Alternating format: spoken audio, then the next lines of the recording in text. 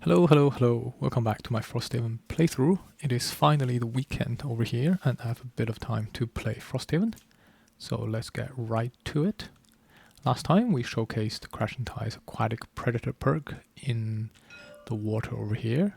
So we'll probably do something a bit more challenging this time, since the last scenario was fairly straightforward. Especially now that we have a newly minted level 9 Snowdancer. Okay, so first thing first, let's do the Outpost. Okay, Passage of Time is a pretty quiet week. And then we have some development next week to look forward to. Alright then, let's check out an Outpost event. 26. I think we've seen this one before. This is the Earthquake one, right? Anyway, let's read it.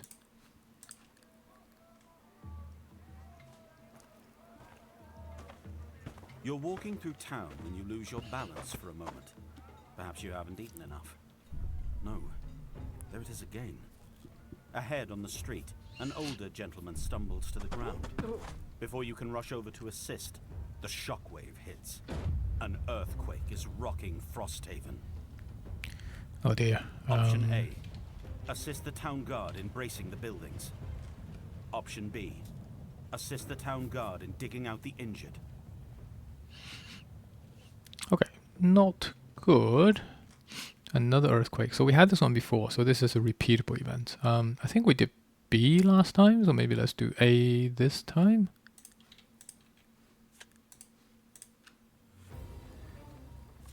A. You gather as many large wooden beams as you can find and set them up against the most vulnerable buildings, those leaning dangerously in the aftermath of the tremors. Hopefully it's enough to keep some of them from collapsing. Okay, so we lose the morale for that. Unfortunate, but we do reduce the attack by 5. So it is 10 plus X, where X is 15 times the number of we checked below. So that would be 10 plus 15. So we need to be 25, targeting 4. I don't think it tells you which one to target though, right? No, it does not. Okay, so we need to be 25. We've got 35 for our defense. So we've got pretty good defense, to be fair.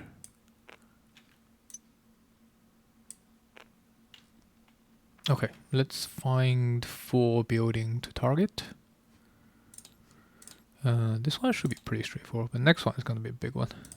Who do you want to target here? I guess I don't particularly care. Guess maybe a workshop can go. That's the cheaper repair. Carpenter. Barracks. And let's just do the logging camp. Or the hunting lodge maybe. We've got a load of hide. Alright, let's start from left to right then. 4 targets. We need to be 25. I think we got a pretty good chance of beating it. Do I want to use soldiers? Maybe it's worth using 1 on the hunting lodge. So soldiers right now reduce the attack by 15 and we have advantage. So if that's the case, then the first one we need to beat is simply 10. And we draw 2 cards.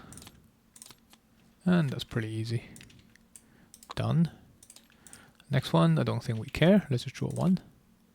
Minus 10, so we do have 35 minus 10 is 25, and we just need to be 25, right? Because it's 10 plus 15, so we're good. Okay, and again.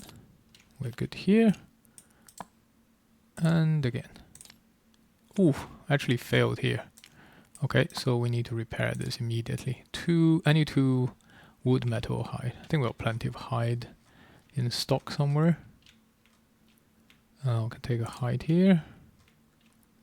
And definitely a hide there. There we go. Repaired. Okay. Suffered a little bit, but it's all good. Right, let's read this. We've had shockwaves before, but it seems like they're getting more dangerous. Mayor Suffer says.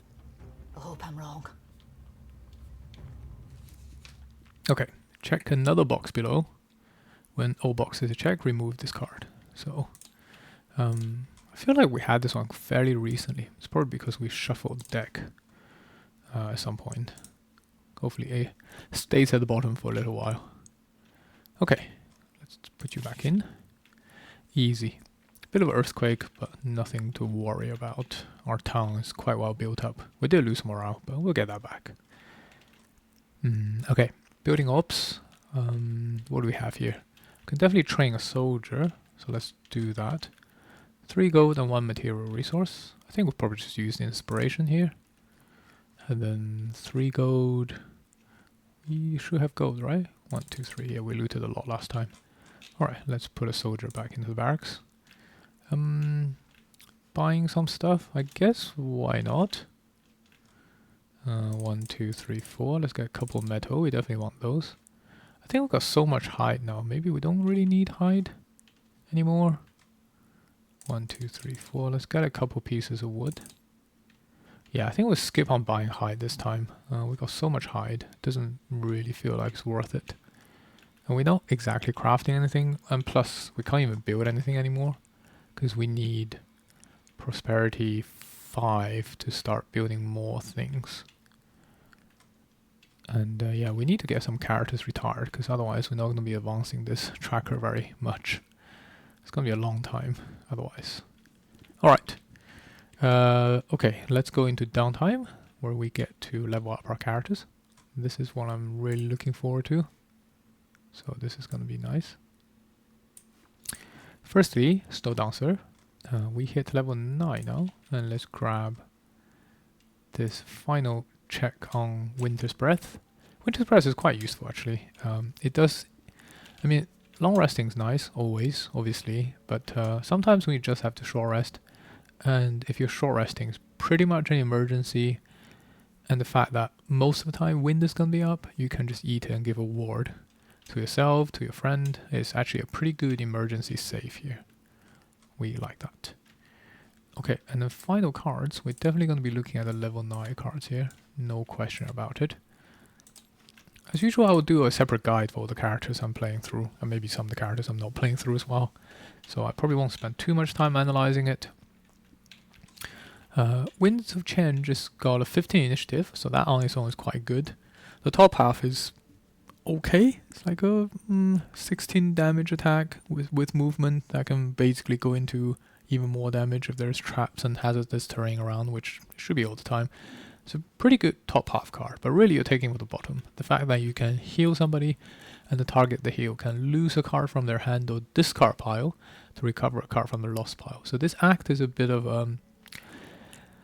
like a minor stamina potion, right? You can lose a card from your discard pile to get a card back. So if you had odd card hand, you can make that into an even card hand, and it gives surprisingly amount of stamina and longevity to your characters, especially with a character like Trap, where you can just constantly recycle in a level 1 card. And Trap has good level 1 cards, then you can just keep going. It makes the equation of losing cards much easier, because you can just lose your good level 1 card in the hope that your Snowdancer will get it back for you. This is a really, really good support card. It doesn't feel like it is, because you know, if you don't really know the mechanic of the card management, you think this is just a heal, but this is actually a fantastic card. It is also competing against another fantastic card in Snowblind. Attack 3, target 2 enemies occupying or adjacent to the same hazardous terrain tile within range 5. So it's actually a range attack. This is not actually a melee attack, even though it kind of looks like it. And it disarms both enemies, so not just one. So this is absolutely amazing. Especially you can set her up with oh my card initiative scrambled. You can set her up with Shifting Stone. First round, go at initiative 17, create hazardous terrain, disarm 2 enemies with an attack. It's just amazing. Bottom side is also pretty good. In a 4-player game, if you do decide to deploy the bottom, you'll find a blessed deck running out very, very quickly. But yeah, most of the time you'll just be happy with the top attack. So both cards has these uses. I think for our team, I mean, longevity is a bit of an issue for Trapper, but you know, I'm not too concerned here. Everybody else, I mean, Crashing Tide and Deathwalker don't really struggle with longevity, so if I'm taking this card, I'm solely taking it for the future unlock classes. But I think of all the characters here, Probably Snowdancer is going to be the first one to retire, because we just need to do 2 more challenges. So I'm probably not going to do that. Like if I was playing with maybe like Prism would be Hive would be a good character. Actually Pyroclast as well. Like if I'm playing with any of these characters, I'm probably more inclined to take Winds of Change here. But as it stands, I think we're going to be retiring soon. So let's pick up Snowblind and shove it in there. We'll sort out the cards in a second. Okay, this does mean we are level 9, so we can unlock another small item slot. Let's just put that in there for now. I think we can probably just sell Flexible Slipper now, to be honest. I don't think I'm ever going to equip that at any point. These 2 are still situationally pretty good, so we can keep this. Okay, nothing for the Crashing Tide here, obviously. We have 1 more... Who am I killing? 1 guard. Okay, Algos guard. Alright. Here... Oh yeah, we leveled up here, of course. Trapper. What am I doing? I'm leveling up. I'm not examining life goals. That's something for after I finish my Frosthaven campaign. Right. Level up to 5. This is a pretty critical level. So let's pick up a perk first. I think I'm happy just to keep on taking the -1 out, to be honest. No reason not to. Let's get a review for now. Yeah, I think I'm happy to just keep doing that. So let's get another +0 trap into the fold here. There we go. I mean, 1 damage trap is not that impactful, but there's a lot of combos you can do with it, with the trapper, which is quite good. Path of Pain being one of them. Alright, level 5. Yes, this is a level I've been waiting for before I take Trap around to some more KG fights. So level 5, Lure of the Snare is a pretty good card. You've seen how good, what's it called? Exploding Decoy is. The top half allows you to basically pull enemies towards you, and pulling is really good on the Trapper. So this is basically an upgraded version of that. The bottom, however, I don't think is as good. The bottom basically allows you to spring a trap within range 3 to somebody standing next to it, which is always useful. And then you can move, if you wish, with a jump to that hex. The move is not that useful. The spring, the trap thing is pretty useful. And there's a lot of things you can do with this. But I actually prefer bottom half Exploding Decoy because there's not that many actions that allow you to produce damage traps on the bottom side, and I really, really appreciate that because of Proficient Hunter. The top half is basically what you're taking this card for. Increase the damage or heal value of one of your trap you create each round by 2. So that effectively turns a card like Exploding Decoy into move 3, create a 4 damage trap. Obviously the bottom half is also nice. The initiative is reasonable. But yeah, I think between these 2 cards, if you're really having trouble spraying your traps, you might take this. But I think for me, Proficient Hunter, even though it's a lost card, and you'll be thinking like, why are you taking a lost card on a 9 card hand-sized character? It pays off massively. It turns really... I guess the way you think about trappers is like every trap you lay is just damage. It's just delayed damage. So when you lay a 4 damage trap, you're actually making a 4 damage attack with no modifier, of course. So if you think about this card is just saying like every single attack or heal you do for the rest of the game is +2, and that's well worth it. Well worth it, even though it's you don't have many cards. Anyway, we'll be keeping this. I don't think we'll be keeping Flashing Axe. I don't really think this does anything for the Trapper. I mean, I guess there is a combo where I take Battle Axe and Flashing Axe, but if I'm standing next to 3 characters, I'm kind of screwed, to be honest. So I think we'll just sell the Flashing Axe here. Flashing Axe could be used by Crashing Tide, actually. But I think we'll just sell it for scrap gold here. Would I prefer Flashing Axe? I don't think so. I think Slippery Sword is still pretty good. Do I want to clean up some of this stuff here?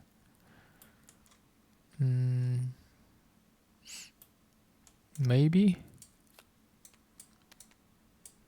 I mean, Befuddling Mug I use once I acquire a cure potion. I think this is actually fine. Maybe I can. Maybe I don't really need stone skin potion anymore. Oh yeah, what herbs do we pick up actually? Oh, did I finish leveling up? Picked cards, picked perk. Yeah, I did finish leveling up. Okay, so maybe let's get rid of you because I don't think I want you anymore. Let's find the herb. Rock root or corpse cap? What do we need more? Okay, we need rock root. So let's distill you. Oops. We'll do the puzzle book maybe next time. The next puzzle book is a little bit long-winded. Okay, what about here? Let's do arrow vine here. Okay, 2 arrow vines. That's great. We've been waiting for arrow vines so we can craft some better potions. That's pretty healthy. We got 1 herb each. That's nice.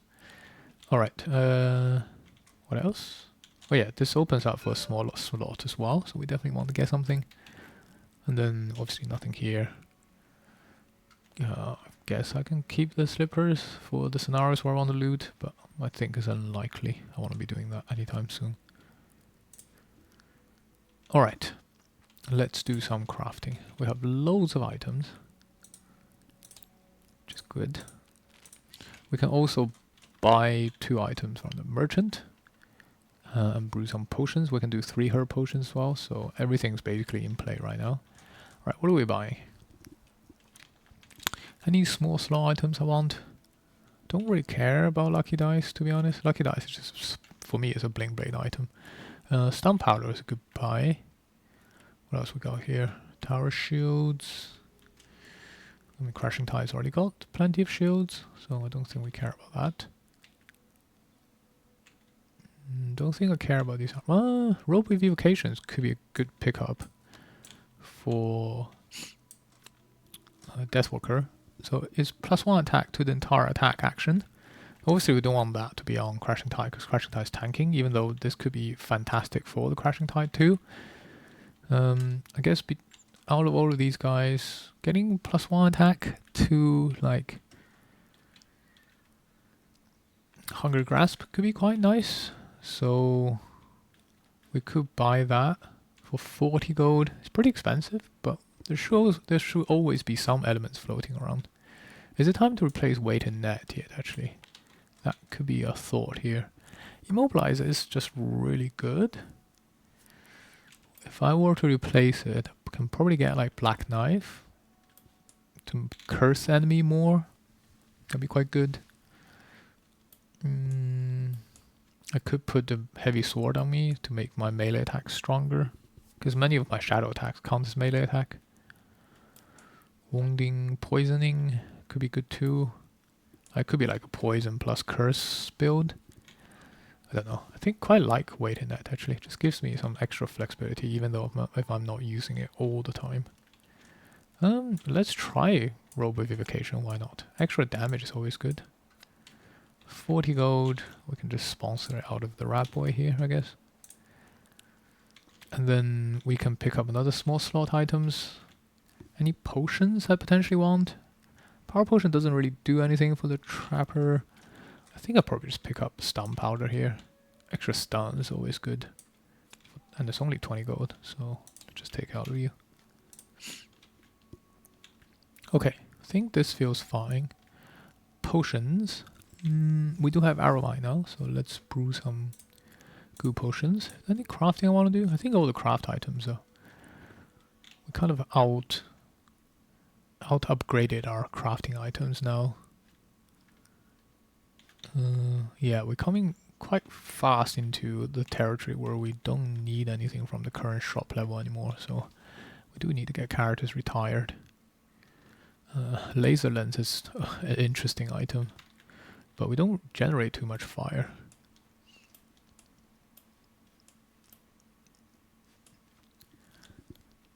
I mean, maybe I could take Energizing Baton and generate 2 regens for our team. That is an option. That is a very, very legit option for our rat boy here. I mean, 101 is very expensive crafting material, plus 2 metals. Yeah, I don't know. I mean, the Rat Boy just currently can give regen. It would be good. This is quite good with basically with Snowdancer, because I can give ward to multiple allies. Because when you apply positive condition, and the most beneficial positive condition is basically strength and ward. So having an extra application ward is pretty crazy. We are giving up weighted net, but that's probably okay to pick that up. But what do I pair with is the question. Scepter seems pretty meh. Yeah, I think if I had a slightly better pairing, like Soothing Scepter maybe. Yeah, I think if I had a slightly better pairing, I'd probably take Energizing Baton. We can think about it. Okay, well let's do potions first. So I mean, speaking of item 1-1, let's just grab it. So we have a herb, arrow vine, axe nut, and a corpse cab. Where is that? Arrow vine, corpse cab, axe nut. Here's our major power potion. This is absolutely crazy. So we're gonna give it to our crab boy here. So I think we can probably retire. I think healing potion is still good. Maybe I'd retire renewing potion now. This way we can turn on a crazy combo now with all the power potions. We might get to use that in the next scenario, you never know. So yeah, item 1-1 is actually major power potions. So if I want to make energizing baton, I have to craft another one of these, which I currently can't because I don't have corpse cap anymore. Okay, what else do I want? Let's have a think. So I guess maybe I think about which scenario I'm going in next. Probably, do you know what? Let's try to get Deathwalker retired, especially now that Trapper is higher leveled. So maybe let's try Raven's Roost. This is a pretty hard scenario. The first room is got a little bit of gimmick. So maybe we can do...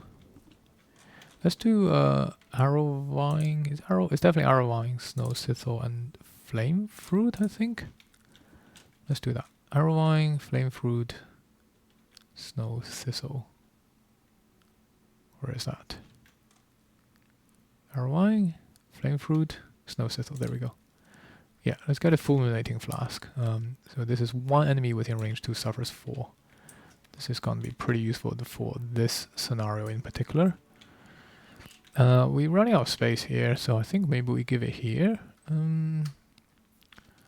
Maybe we can... Like, Dead Raven is not super useful here, I feel like. It's just a curse and a muddle, so... Let's keep Scroll of Power. We can Fulminating Mask here, maybe. Flask here. This is basically a grenade we get to throw at somebody, and this is gonna be useful for the next scenario. Okay, pretty happy with that. Do I want anything else? I think we're good. Could I craft more potions? What else do I have left? I think I used both my arrow vine, which is really what I was waiting on getting. What do I have left? Flame Fruit, Axe Nut, and Rock Root. I don't think there's too many things I want from this.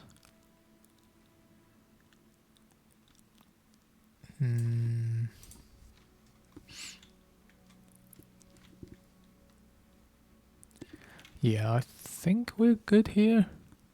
Alright.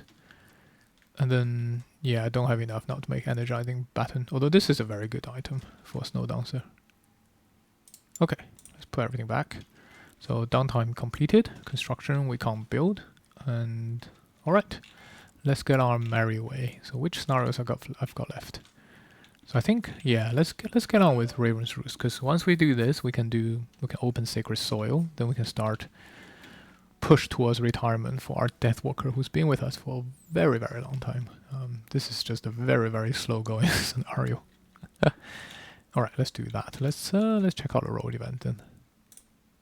Okay, 16. Have we seen this one before? Can't remember. I play so much Frosthaven, kind of everything merges into one at some point.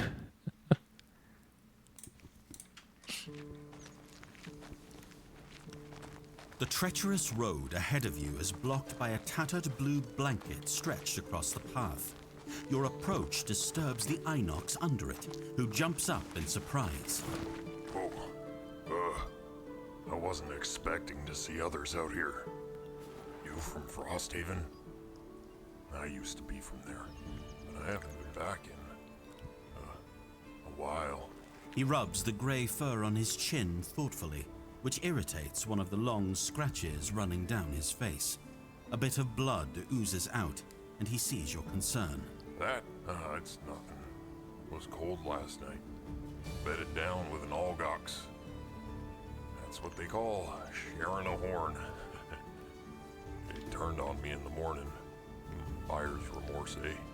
He smiles in a way that suggests he hasn't smiled around people for some time.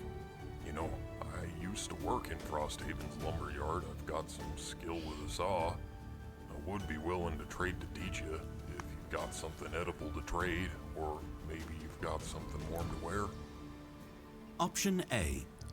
Offer him herbs for wood-cutting skills. Option B. Offer him hides for wood-cutting skills. Why do I feel like we've done this one already? Anyway, we're definitely giving hide because we got so much hide we can't get rid of it. So 2 hide, yeah, we can pay for that, no problem. And let's see what happens. Well, I know what happens. I feel like we've done this one before already. Nice pelt. Is this Valrath? It is not Valrath. True to his word, the Inox shows you how to sharpen a saw with a technique new to you. You thank him and head on your way.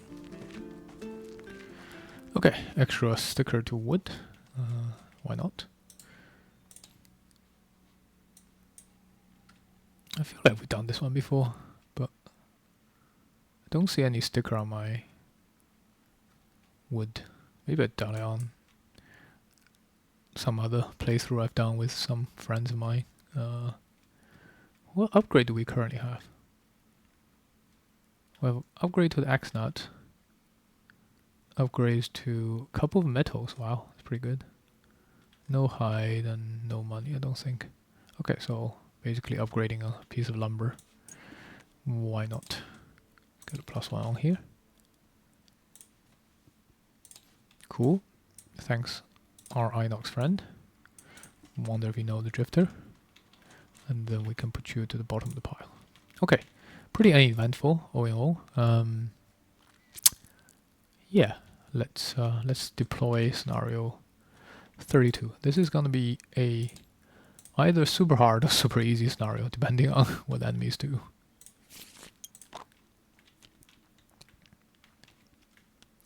Okay, let's have a look. So, scenario 32, Raven's Roost, 2 pip complexity. This scenario is complete when the Raven nest is destroyed. At the end of that round, read 59.1. Okay, so we need to destroy an objective, and we start the room with a whole bunch of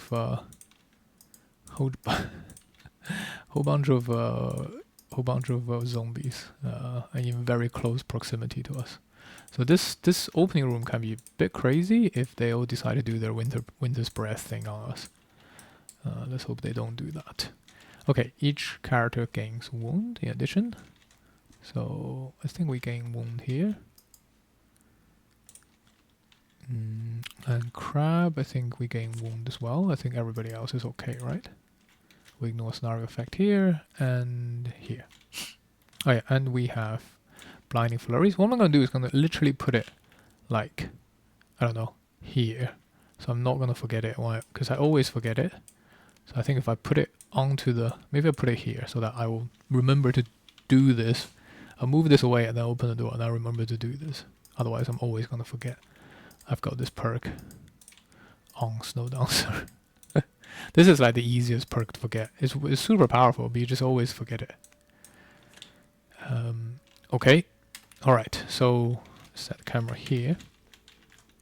Let's read the introduction together first. So 32 is a pretty fun one, but it's not easy.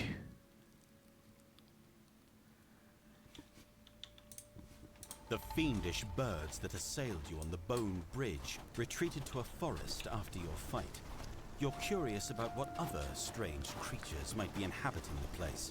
And if you get to crush some of the birds that escaped your wrath, all the better. You run over the blowing tundra, sprinting over mounds of hardened dirt and frozen shrub.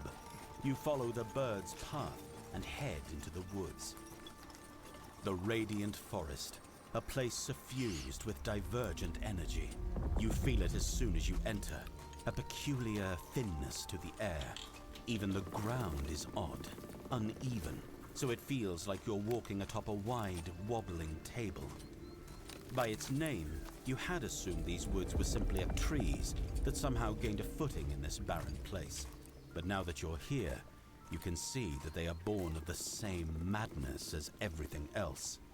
Beyond the wind and the trees, strange lights flicker here as well, dancing in and out of the shadows. At first, you take them for torchflies, except the tiny orbs follow you, curious almost, their multicolored glows peppering the trees with iridescent hues. And yet, the strangest thing by far is the air. It's warm. The trees, though situated only a short hike away from the frozen coast, are completely free of snow. And the deeper you hike, the warmer it gets. The air becoming muggy and sulphurous, as if you've just been transported to some hunting ground far across the mountains to the south. It's distracting, so much so that you almost don't notice the voice calling to you. Great warriors, come to find us, they are here. Sneaking through our trees. So brave they are. The voice echoes off the woods, barely louder than the breeze itself. Oh yes, keep on, sweet thing. Sweet breathing's called to sea. Just absolutely amazing voice acting here. Into the Woods, funny enough, also one of my favorite musicals. Okay, special rules. At start of each round, place a number token on each frozen corpse. Let's do that. Let's just use the damage token, I guess. We have to mark them for something. That can't be good. If a frozen corpse suffers damage, remove this token. At the end of each round, each frozen corpse with a number token is replaced by elite Shriek Fiend with no damage or conditions. These Shriek Fiends do not active in the following round. Oh no. So basically you have to hit them. They have to take some damage every round, otherwise they turn into Shriek Fiends. Yeah. So this room can be crazy if you have like a couple of them turning to Shriek Fiends. But hopefully we don't see any of these guys in the first room. This is the first time I think we're fighting Harrow Infestor on this campaign. They're not too bad. Most of the time they don't really move much, which is to our advantage. They're immune to poison, so that's the only thing we probably need to remember here. Alright, so strategy here is to make sure everybody gets hit. Probably wounding them is the best way to deal with this room. So anytime I play this scenario with a character that can wound, we wound immediately. Okay, so what do we have here? Assistant, Prepper, or Gambler? Have we done Assistant? We have not done Assistant. Well, why not? Not that this matters, but we could definitely try it. Killing enemies seems reasonable. We also have wound ourselves, which is... I guess this is... In a way, I think this condition is hinting to you what you should be doing to the enemy, which is wounding the enemy. In that way, it's kind of interesting. Okay, so what do we want to bring here? Definitely bring Snowblind. So what are we getting rid of? Maybe Lifting Gust time is done. Chilling Impact is kind of good. I really like Chilling Impact. I feel like we have enough push now. Because Chilling Impact and Whipping Gale are just a great combo. In terms of healing, don't really care too much. I think this is probably the right setup. 1, 2, 3, 4, 5, 6, 7, 8, 9, 10, 11. We definitely need to keep Birdsey and Tempest till later. Even though this doesn't feel like it's a big room here, this next room is huge. So, okay, I think that's good. Item-wise, this is exactly why we bought the fulminating flask, so we can throw at somebody if things go south. Yeah, I think this is all good. Alright, Crab. Crab still has 2 ticks to go, so let's try to get it. Tormentor seems pretty easy. So let's grab Tormentor. We just need to apply wound to somebody who already has a condition on them. And that's gonna be easy. Alright, cards. What are we taking in here? Chaotic Refraction is a great way for us to do damage to everybody in the first room. Hopefully we just get them to attack us. Do I want the Rancid Brine here?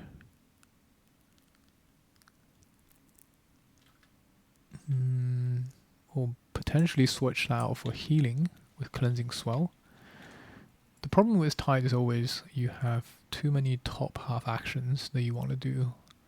So bringing a bottom half action here is pretty good. Don't feel like poison is going to be that important here.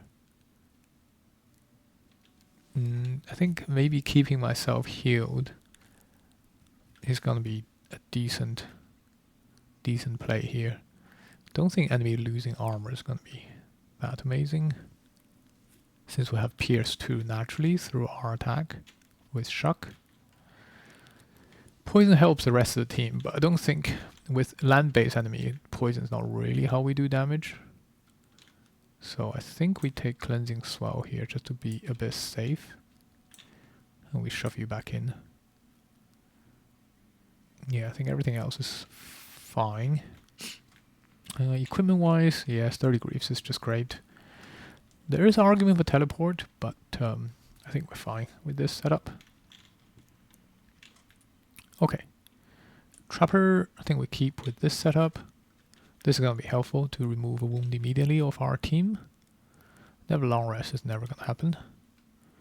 Masochist, Straggler, never short rest. Don't think we need to short rest. I think we do Straggler. We don't want to short rest anyway, given our stamina. Let's do that. Okay, let's have a look at. Let's have a look at cards. So basically, the strategy here. Probably don't want the improvised improvement anymore. I think the strategy is definitely we want to go in and at the end of the scenario throw a big trap at someone. So because the Raven's Roost is what we want to destroy, and the goal is to build a huge trap and to throw at that guy at the Raven's Roost. So we keep this mantle here. And then we want basically extra teeth is great for combining into traps. Proficient Hunter is also what we're gonna need. Probably not gonna play on the first rest cycle, probably play on the second rest cycle. Honeypot is questionable. We could do Flurry of Nails to increase the damage value of our traps. So basically at the end of the scenario I want to extra tease into Dismantle. So as long as I keep these 2 cards and I build a big enough trap, then it's totally fine. I think Spiked Pit is probably quite helpful for this first room. We can create a couple traps and then relocate them. Exploring a Decoy is just great. Path of Pain is great. Dangerous Ground is good. Extra tease is good. Ball Catcher is good. So the only questionable card is Honeypot. Honeypot's good initiative.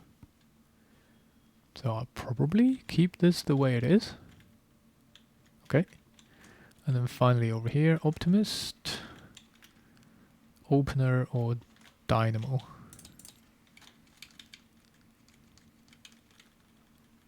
I mean, we can try Opener. Don't think we've done that yet. And if we don't do it, we don't do it. Not a big deal. The only question is, do I keep my cloak? This is good damage, so I think I'll probably keep it instead of defensive item. I think we'll probably just deploy a Wild Growth Seed immediately and block off some part of the map so we don't get hit by these guys. Okay, let's look at cards then. I think we still open Eclipse here. It's a pretty high tempo scenario in the first room. And we actually want Anger of the Dead back in, because this gives us ability to wound enemy immediately. So we can take 3 guys off the map immediately. Probably take out Vengeful Storm. I don't think Consuming Shadow to do multi-attack here is the way to go.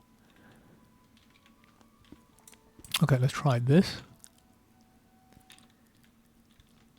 And then we want to keep Deepening Despair to help teleport Trapper here towards the end of the scenario. Okay, I think this is good. Oh, challenges. Let's have a look at challenges. Warm up. While any character's hit point value is equal to or greater than half, you're disadvantaged. Oh no, that's not good. Hardy stock. All enemies add 7 divided by 2, 3.5, rounded up 4 to their maximum hit point value. I think we can do Hardy stock here. Like 4 hit point is, I mean, it's annoying because that's what, like 1, 2, 3, 4, 5, 6, 24 extra hit point in the first room, but ultimately we're trying to kill a boss here, and 4 hit point on the boss is not going to make that much difference. Let's put it here as well, so I remember to do that before I open the next room. So that means you're on 1, 2, 3, 4 extra. I mean, it's annoying, but I don't think it's going to make that much difference at the end of the day for us. And yeah, we do want to keep doing challenges. Okay, so I think that's fine. We can ignore this until I open the door. Same with this. Alright, let's look at starting positions then. So I think the strategy for this room, especially with this team composition, is we want to utilize Deathwalker's wounding thing. So Deathwalker can maybe start in the corner. Range 3 will hit here, here, and here. So these 3 are kind of taken care of with wound right off the get-go.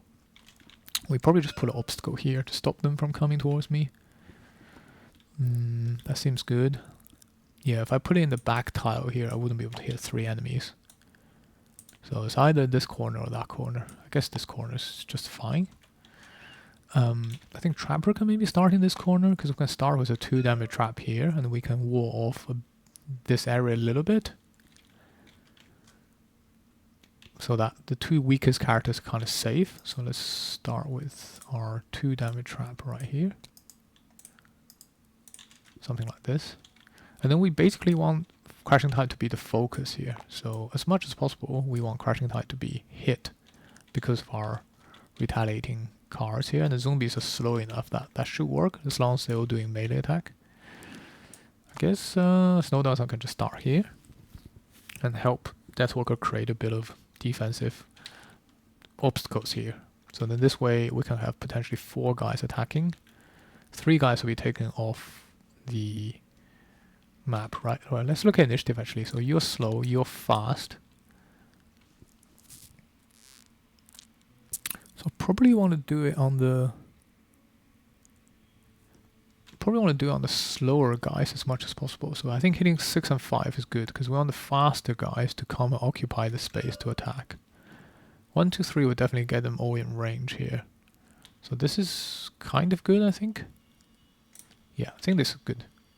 Alright, let's start like this, and we've got the 2 damage trap set up with always be prepared. Don't think I've missed anything else.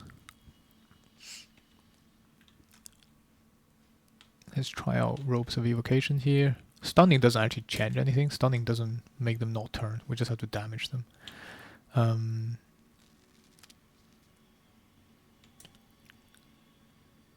Yeah, I think probably starting here is good. We can try to grenade somebody if things go south here. Do I want to bring a jump in here? Because the alternative thing I could do is I could jump into the back of the room and then hit them with something. Maybe I bring a jump card in here.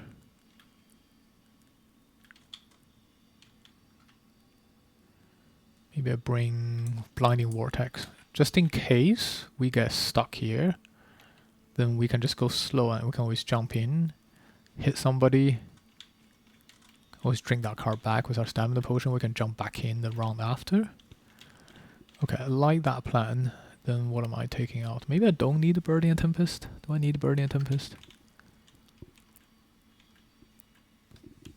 Birdie and Tempest is good. Maybe I don't want Chilling Impact then. Let's as much as I like the combo. But maybe what we want is Blinding Vortex, just to make sure we can definitely hit everybody. Because there is a chance they don't move. If they don't move, they don't attack. And then I need to hit 3 more guys. Because what we could do is potentially like 1, 2, 3, 4 to here. Cold snap 2 guys, throw a grenade on someone else. Then that'll hit all 3 at the back. So even if they don't move, we have a chance of hitting all 6 on the first round. Which is what we want, isn't it? Okay, let's do that just to be on the safe side. Alright, I think that's it. Took a little bit longer than usual to set up, but this scenario does require a bit of thinking.